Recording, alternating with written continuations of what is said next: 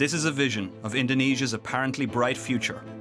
Nusantara, the country's new multi-billion-dollar capital city, built from scratch in the jungle. Critics say the unfinished megalopolis is a waste of money. Its champions say it reflects the country's newfound confidence and growing strength. The world is changing. Economic and geopolitical plates are shifting, and Indonesia is set to have an increasingly prominent role in the new global order. Indonesia is probably one of the most important but least understood countries in the world. Indonesia is a vast archipelago of more than 17,000 islands with hundreds of ethnic groups and languages. With more than 280 million people, it's the world's fourth most populous country. It has the largest Muslim population and is the world's third largest democracy, behind the US and India. Diverse, democratic, and developing fast, Indonesia's rise has been noted from Beijing to Washington. It's a natural interlocutor, strategically speaking, between the West and China. In this episode, we'll consider why Indonesia matters so much. Without Indonesia, there won't be enough nickel for electric vehicles, for energy storage, for a lot of these key technologies as part of the energy transitions. And we talk to Indonesia's long-serving finance minister and ask what the country must do to stay on the path to long-term success. I think the history of many countries economically as well as politically, we see a lot of countries stuck in the middle. That's why there is a term of middle income trap. All coming up on the latest Business Beyond. Behind me is Indonesia's new embassy to Germany, still under construction here in Berlin. These new diplomatic headquarters reflect Indonesia's changing ambitions on the global stage, and it's the kind of project which has become typical over the last decade. A decade defined by this man, President Joko Widodo, who has led the country since 2014, but whose time in charge is coming to an end. President Joko Widodo, who's known almost universally in Indonesia by his nickname Jokowi, is quite a remarkable figure. That's Ben Bland, a long-time Indonesia correspondent who's written a biography of Widodo. He says Widodo's background as a furniture maker and small business owner is key to understanding him and his huge popularity. People feel, because he's come from relatively humble origins and worked his way to the top, they feel that he understands their needs, and his policies focusing on infrastructure development, trying to make improvements to basic health and education services that in the past have not been very good quality and quite hard to access. I think they feel that that has delivered for them. Economic development has been the central theme of Widodo's presidency. And if one word defines it, it's infrastructure. Widodo's government prioritised infrastructure from the start. Spending on things like roads, ports and railways has increased almost threefold since he took office in 2014. Whether it's the country's high-speed whoosh trains or the new capital city, his signature project, he has undoubtedly left his mark. Widodo wants Nusantara to be a carbon-neutral, environmentally sustainable city which replaces Jakarta as capital. That is because Jakarta is sinking, literally, and is beset by various problems such as pollution, traffic chaos, overpopulation, and poor public transport.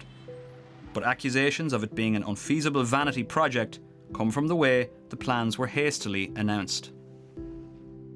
The plans have never really been fleshed out in detail, and there's a risk that there's a lot of ambition that never gets fulfilled because it's really hard to build new cities. And I think the manner in which Jokowi announced it and pushed it through, which was sort of big idea first, details later, embodies the way he's approached lots of other problems. Yet there is an argument that Widodo's combination of vision followed by decisive action, as embodied by Nusantara, is precisely what Indonesia needs.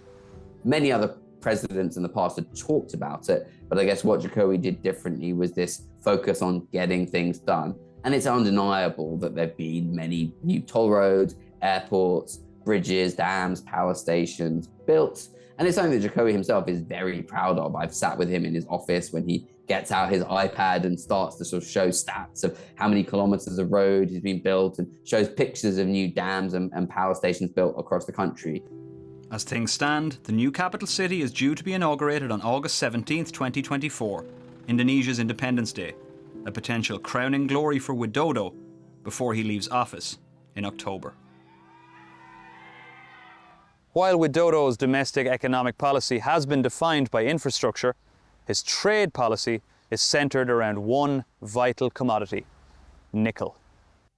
Nickel has been important globally for a long time, particularly for making stainless steel. But nowadays it's a critical component in the green transition. The reason it's kind of rising to the importance of the global economy is the emerging market for nickel is from batteries, primarily lithium-ion batteries, used in mobile phones and laptops, but increasingly in electric vehicles, which is really the big market in the years and decades to come. That's Harry Fisher, a nickel expert based in Australia. Nickel forms a really important part of the chemistries within those lithium-ion batteries, particularly for vehicles with longer ranges that you can drive further in higher performance vehicle applications. Indonesia's nickel reserves were there before Widodo took office, but during his time in charge, the country has rocketed to top spot in global nickel production. It's been the world's biggest producer since 2018 and has increased that dominance every year since. Today, Indonesia accounts for more than half of the entire global output of nickel, more than rivals such as the Philippines, Russia, and everyone else combined. Now they are the major producer by a long way, and really all of the supply growth in the years to come will come almost primarily from Indonesia. So that's why Indonesia is so important to the nickel market and really the broader energy transition. Indonesia is determined to get as much value as possible from its nickel reserves and to keep the wealth gained from them in the country. That's why they've banned it from being exported.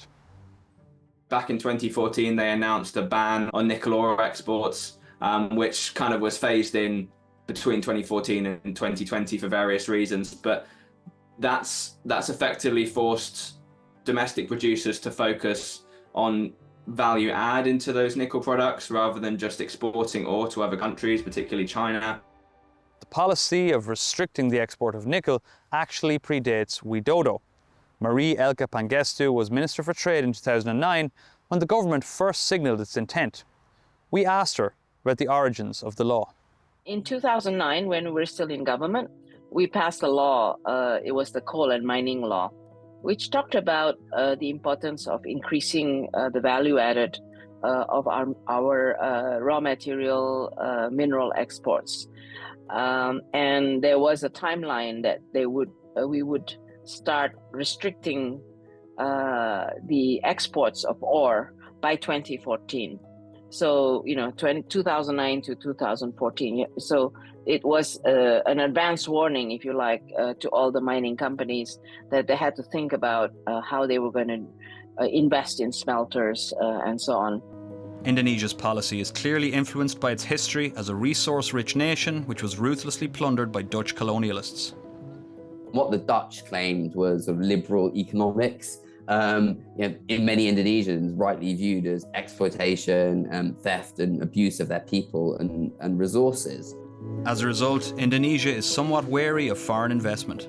And in Indonesia's constitution, it talks about the natural resources being for the benefit of the people. So is this a sense of socialism and needing a better distribution of resources and land at the foundation of Indonesia? And that went hand in hand with the suspicion of foreign capital, foreign investment as being something that's potentially quite exploitative of Indonesia's people and its resources. Indonesia's nickel industry is now unrecognisable in scale from how it was when export restrictions were first mooted. Yeah, no, definitely. The policy has been really key to where Indonesia is today, and it's been very effective at allowing huge amount of investment in new supply in the country. That's still happening today. We're still seeing new projects being announced all the time. There's the kind of the supply expansion continues at pace. And we are starting to see the kind of the early stages of further downstream development. Downstream, midstream and upstream. The goal for Indonesia is to thrive at the most profitable stage, downstream. The upstream is typically mining and a little bit of processing. The midstream starts to get into kind of more technical materials that can go into battery materials, and the downstream is the batteries and the electric vehicles themselves. That means attracting investment for battery and electric vehicle production to actually take place in the country. As of this year, LG Energy Solutions and Hyundai are planning to start battery production in Indonesia, and Hyundai are also looking at EV production starting in the country this year as well. We're starting to see more and more momentum in the downstream. But the export ban itself does not guarantee the development of downstream sectors. It's not just about imposing an export restriction. You have to have the ecosystem that allows the downstream industries to develop, whether it's scale, and the most important is that you have to have the regional or global market, because you need scale, and you also need the human resources that support, a deeper development of your own downstream industries. And there are other question marks over Indonesia's nickel. One is the risk of over-reliance. The commodity boom that benefited Indonesia in 2022 and 2023 is actually starting to fade. So we're seeing these commodity tailwinds fading.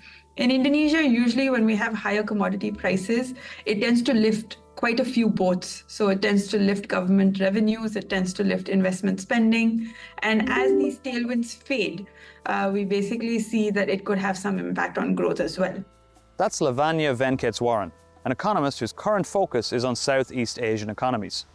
She says that Indonesia's lack of diversification in exports means that when commodity prices fall, it hits the country hard. Non-commodity export growth has been quite weak. And I think that's likely to remain quite weak because Indonesia's exports are largely focused on commodities. So about 60% of total exports are commodity-based or pure commodities themselves. And then there's safety and environmental standards. Nickel industry insiders expect demand for the commodity to continue to boom because of the green transition, but producing it sustainably is vital for Indonesia's future success, and Indonesia has been criticised for not doing that.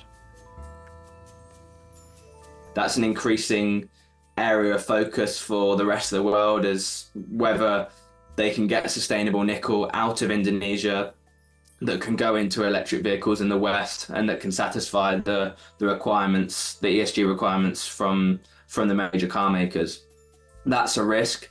I think it will develop over time, but it's going to take a long time to kind of overcome some of those environmental issues. Indonesia has also banned the export of bauxite, needed for aluminium, and it has restricted the export of copper as well.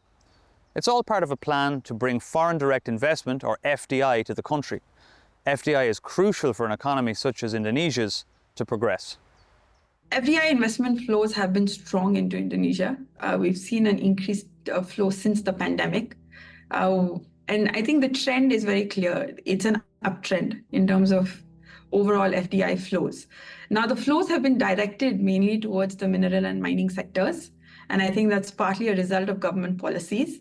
Where we can see greater scope for higher FDI is when we broaden FDI into more sectors. FDI into Indonesia has been stable, if unspectacular, for much of Widodo's time in charge. But since the pandemic and the full nickel export ban, it has climbed sharply. Last year, it hit a record high of almost $50 billion US. But is it enough for Indonesia? Consider this: Golden Indonesia 2045 Vision. That's the development program which Widodo launched in 2019. It sets the goal for Indonesia to be a prosperous, developed economy by its centennial in 2045. Here are the current top 10 economies in the world based on one measure of GDP. Indonesia is in 7th place. But according to a report by PwC, it will be 4th by 2050, outstripped in size only by China, India and the USA. Strong GDP growth is clearly important for Indonesia to achieve that status. And GDP growth is actually a big topic of discussion in Indonesia. During the recent presidential election campaign to find Widodo's successor, candidates argued over who could achieve annual growth of 7% or more. The winner, Prabowo Subianto, who takes over from Widodo in October, said he would achieve growth of 8% within 5 years. Indonesia hasn't had growth as high as that in nearly 20 years. Over the last decade, the growth rate has consistently been around 5%, except during the pandemic. It is projected to remain at that level for the next few years. I do believe a 7 to 8% growth rate trajectory is not an impossibility, but it all depends on some of the key building blocks that we need to be building upon. That's Gita Wirjawan, a former Indonesian Minister for Trade. He says there are various economic metrics which Indonesia must improve upon, but few are as important, in his view, as FDI. Given Indonesia's history of political non-alignment, two countries stand out as particularly important in this regard: the world's two biggest economies, China and the US. Back in 2014, the US invested marginally more FDI into Indonesia than China. But in recent years, Chinese inflows have significantly outstripped those from the US. Last year, Chinese FDI into Indonesia was almost 5 times that from the US, much of it going towards nickel processing. Gita Wirjawan points out that Chinese FDI into Indonesia is still not what that country pledged it would be a decade ago. But he also emphasises the importance of Indonesia attracting FDI from the US. There is still tremendous amount of liquidity in the G7 countries, inclusive of the US, where there's more than $100 trillion worth of liquidity floating around. And that is, I think a scenario where I think people in Southeast Asia need to be aware of more, so that capital formation can actually take place, into places like Indonesia or Southeast Asia. Indonesia's rising economic importance is matched by its rising geopolitical importance. President Widodo has largely focused on domestic economic policies, but President-elect Subianto is going to have to navigate a changing role for Indonesia on the global stage.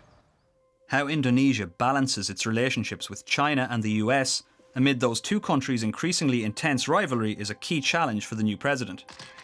Here's Andrejka Natalagawa, an Associate Fellow for the Southeast Asia Programme at the Centre for Strategic and International Studies in Washington, D.C. When you look at Indonesia's relationships with its partners, they're complex. If you take China, for example, and sort of the enormity of the economic relationship between Indonesia and China, both in terms of investment, in terms of trade in goods and services, that's a critical relationship. But at the same time, that economic relationship is complicated by frustrations or anxieties in the political and military space, and in particular, Indonesian anxieties around China's actions in the South China Sea. The complexity of the relationship with China is matched by that with the USA. Then when you look at the United States, it's almost the inverse, where the amount and level of political and military cooperation has been quite positive, but there's a sense in Jakarta that the United States isn't being as engaged as it could be on economic affairs and on economic engagement. But Indonesia's geographical, cultural and economic positioning means it can still maintain cordial relations with both countries rather than pick a side. I think for stability in the world, we need countries like Indonesia who can have conversations, who can invest and trade with both China and America, because it brings a degree of stability and interdependence to the world at a time when otherwise I think we would risk a really rapid and damaging fracturing. I think it's going to naturally, move into that, strategic place where it can actually interlocute between two great forces, and we live in a much more multipolar kind of world right now that I think is going to require, more and more interlocutors. President-elect Prabowo Subianto is expected to be more focused on foreign affairs than Widodo. President Jokowi has been much more economically oriented. Many of his foreign policy initiatives have hinged on domestic political matters, and sort of that being the focal point of his international initiatives. We expect that President Prabowo will be a bit more of an internationalist and a bit more hands-on engaged when it comes to foreign policy and defense in particular. And whenever his time in charge comes to an end, Indonesia's role on the global stage is likely to have significantly evolved. While Joko Widodo has received widespread credit for his stewardship of Indonesia's economy, the country's new president will inherit plenty of daunting challenges. One of his election campaign pledges was to introduce a free lunch program for the country's students, in an attempt to deal with Indonesia's significant malnutrition and child stunting problems. That's part of a broader challenge Indonesia faces with regard to so-called human capital. That's how issues around health and education play into wider economic well-being. Indonesia doesn't score well on a lot of the human capital indices, whether it's the PISA scores or level of skills and so on. So investing in education and health is going to be a key part of the current as well as the medium-term development of Indonesia. Marie Elke Pangestu sees some comparisons with India, another economy with vast potential which needs to ramp up spending on healthcare and education to give its young, growing population a chance to thrive. It really rests to me on making sure that we invest in the human capital, and that's about education and health. And education is the big area that we really need to develop. We have a demographic bonus still for another 15 years, and this is something that we really have to capitalize on. For Gita Wirjawan, the biggest challenge is wealth creation to make Indonesia a truly developed economy. Poverty is something that's been highly manageable in our country. It's way less than 10%. It used to be more than 10%. And thanks to our ability to be able to create jobs continuously, but we need to create the narrative in the sense that the job creation ought to be at the higher level of the value chain. He points out that China's GDP per person growth has vastly outstripped that of Southeast Asian countries such as Indonesia in the last 3 decades, and that it's now time to catch up. It's highly identifiable as to why we underperformed that of China. It's because of underinvestment in education, underinvestment in infrastructure, lack of governance, and lack of competitiveness, right? So I'm a lot more focused on what it takes for Indonesia to be able to put more food on the table faster, more effectively, and more efficiently. There are plenty of other domestic challenges that Subianto will have to grapple with if he is to steer Indonesia's economy successfully. One of the biggest is corruption. Ben Bland believes that Indonesia's tendency towards economic protectionism has encouraged some within the country to take advantage for themselves. Many people in Indonesia's corporate sector, crony capitalists, you might call them, corrupt government officials and rent seekers, have exploited this sense of Indonesia needing to protect its own resources for their own benefit. So by protecting the economy, it often benefits specific interest groups. It creates profits and unusual rents for corrupt business people, corrupt officials, rather than necessarily flowing down to benefits for Indonesian ordinary people. One of the biggest criticisms of Widodo is his record on corruption. He infamously neutered a popular anti-corruption agency within the country, and critics say corruption is a bigger problem now than when he took office. There are still investigations going on into corrupt ministers, and we still continue to see even very high-profile people being investigated for corruption. So I think while it's right to be concerned about the direction of travel, there's still a lot to be fought for, and Indonesia still has a very vibrant civil society, including investigative journalists, anti-corruption campaigners, environmental campaigners. And I think it's on them and wider Indonesian society to try and keep their future government honest. So as the Widodo era comes to an end, what is his economic legacy? And what does the future hold for the country? To consider these questions, we spoke to Sri Mulyani Indrawati, Indonesia's long-serving finance minister, who's been serving in that role since 2016, having previously been in the office from 2005 to 2010. So, Sri Mulyani Indrawati, Minister of Finance of Indonesia, thank you very much for taking the time to speak to us here on Business Beyond.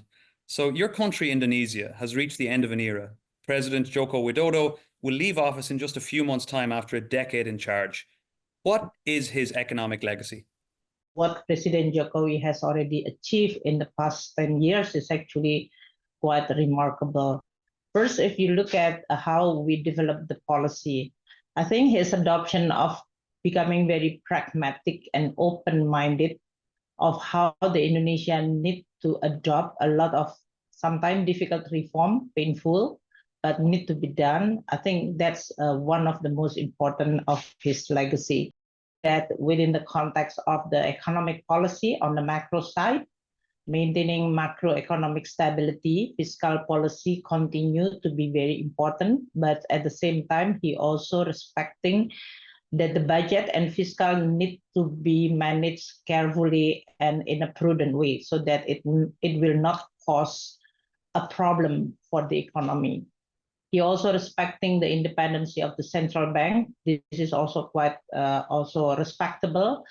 And at the same time, with the technocratic approach, but also at the same time, pragmatic approach, he also tried to push reform at many of the structural and fundamental issue of our economy. For example, like human capital, he put, of course, 20% of the budget, according to our constitution, need to be allocated for education. But he also tried to reform the education by introducing the digital technology in governing the way we manage this 20% of our budget. We also now currently accelerating the reform on education. You also recognize that President Jokowi allocated quite a lot on infrastructure development because Indonesia has been lagged behind. So in terms of all those, both physical and non-physical development, we have already achieved quite a remarkable achievement. There is an expectation, perhaps within Indonesia itself, but there's also optimism and expectation beyond Indonesia's borders around the economy's prospects in the long term. Of course, it is a goal of Indonesia to become a developed economy, perhaps by 2045. I'd like to ask you, what do you believe, based on your vast experience as finance minister, stretching back almost 20 years, are the main obstacles which Indonesia must overcome to achieve that status? Yeah, I think all country aiming to become a high and wealthy, prosperous country. Indonesia is no exception. We are aiming for that, and we are aiming for the 100 years of our celebration of independence. Indonesia want to achieve to become a high advanced country. But we also recognize that this is not an easy goal. I think the history of many countries economically as well as politically, they see a lot of countries stuck in the middle. That's why there is a term of middle income trap. And we recognize that this trap is usually coming from, first, the quality of the human capital, which is not developing following the development of the economy itself. And this has something to do with the poverty, inequality, quality of human capital like education and health. And of course, in terms of the health, we also have a problem like stunting and the nutrition. So these are all a very important building block to avoid human capital, the middle income trap, that is human capital quality.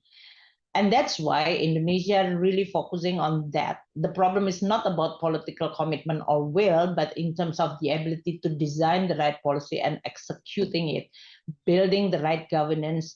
And that is become the second very important of the middle income trap. That is whether we are able to build the right institutional setting, regulatory framework, and governance. These are challenges, to be very honest. When we talk about the governance, whether this is related to the efficiency, effectiveness, and in this case, corruption. And for Indonesia, this is the biggest issue. And that's why we have to build on this very particular aspect of good development, that is institutional building, regulatory framework, and governance. And that has something to do with, for example, we provide more incentive, we provide more check and balances.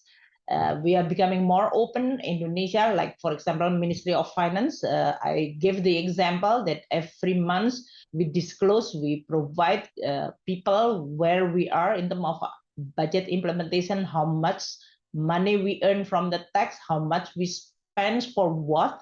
These are all become what we call it the process, both political as well as a cultural process, in order for us to create an openness, accountability, check and balance, and good governance.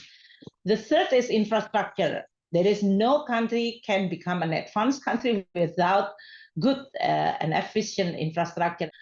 How important is foreign direct investment continually high foreign direct investment into Indonesia? And how does Indonesia balance its need to attract foreign direct investment whilst also restricting certain exports? Well, I think that's not really a conflicting issue. First, I will put it within the context of this geopolitical and competition, and also the recognition of the climate change as a threat for the human being. And that's why we also recognize that in order for the world, the countries, people to continue to develop without compromising climate change, they say that the energy need to be improved and transportation need to be converted into electric vehicle. Indonesia, in terms of our natural resources, well positioned because we are relatively rich on the natural resources that fit with this kind of trend of new geo-economic trend, which is more and more concerned regarding the carbon emission. And also at the same time, we have the opportunity to develop both on the energy side, renewable energy, and on the transportation side, the electric vehicle, including the battery technology with our natural resources. So for Indonesia, in order to use this very important opportunity, we have to shift our policy in order for us to create more, what we call it, value added. It is for the better of Indonesia, for the stability of Indonesia, but also to serve better for both region and the world. How does it work? We are opening up, and that's why when I mentioned earlier that one of the milestone of President Jokowi achievement is on the job creation law. We are improving investment climate and investment regulation to become more open, following the best practices. So this is not like Indonesia want FDI, as you mentioned, to come to Indonesia, but we are not doing our homework. We are doing our homework, improving infrastructure, bureaucracy, legislation, so that the ease of doing business is there. And at the same time, we then say that we ban raw material so that the investor come here to build value added in Indonesia for a, what you call it, benefiting for both sides, benefiting for both sides. Meaning that I'm not inviting investors to come and then I'm going to expropriate or exploiting them. But this is like a win-win relationship. And finally, Minister, we are at the end of an era, but a new era is about to begin with your new president due to be inaugurated, Prabowo Subianto, in October. Now, President Widodo has been very focused on the economy. Do you believe that your new president will be as focused? And are you in any way concerned that perhaps the focus will deviate to other matters? I think these are going to be hopefully a smooth transition politically, but also at the same time providing certainty in terms of the direction of policy, as well as good practice in political as well as the economic management. Of course, the world is not going to be the same. There will be quite dynamic, as we can also see in many countries, many part of the region. They are all changing the landscape of the politics, the direction. Geopolitical competition is going to be continue very high. So yeah, it's going to be quite a dynamic and challenging environment. But so far, until today, my communication and interaction, I think, is quite still consistent with what we are aiming to do. That is addressing the issue of middle income trap. That is human capital investment, and then downstreaming and value added, and then in terms of the institutional building. Sri Mulyani Indrawati, Minister of Finance of Indonesia, thank you very much for joining us today on Business Beyond. Thank you. Bye-bye. Bye. Joko Widodo wanted to remake Indonesia economically, and to a large extent he has done so. But perhaps the biggest thing he has done is raise expectations, both at home and abroad. I think there's a lot of ambition in terms of Indonesia and its vision for the future, its vision for its role in the global order. And, you know, when you look at Indonesia in the context of Southeast Asia, the region, you know, in terms of the size of its economy, in terms of the size of its population, in terms of its long-standing sort of informal role as a leading figure in the Association of Southeast Asian Nations, Indonesia is firmly on course to be one of the world's 5 biggest economies in a few short years. But it's not just a question of size. With 1 to 2 million people joining the workforce each year, undeniably Indonesia's economy will grow just because you'll have more people consuming more food, buying more motorbikes and cars. So inevitably Indonesia grows overall. The question is more, are you increasing GDP per capita, the amount of wealth per person? And also, how are you dealing with the challenges of widespread inequality in Indonesia? There's an unmistakable sense that Indonesia's recent policies have brought it to the cusp of a major economic breakthrough. But many other emerging economies have been here before without seeing it through. There's a popular joke about Indonesian economic development, which I think is often told about many other emerging economies, which goes something along the lines of Indonesia has a lot of potential and it always will. So I think there's definitely a big question there. The ambitions are high. As a new president prepares to take office, 280 million Indonesians hope he can match those high ambitions with reality.